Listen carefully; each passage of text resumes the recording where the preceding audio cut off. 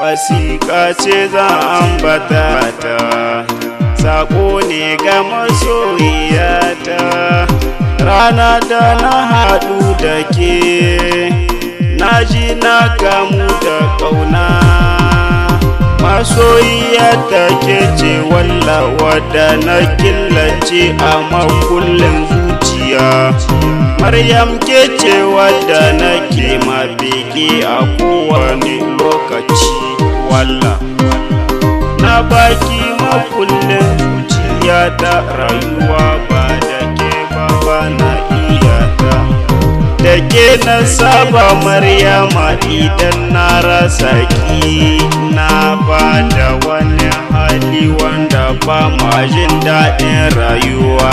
Walla da ke na gane kaina, ba zan manta da ke ba.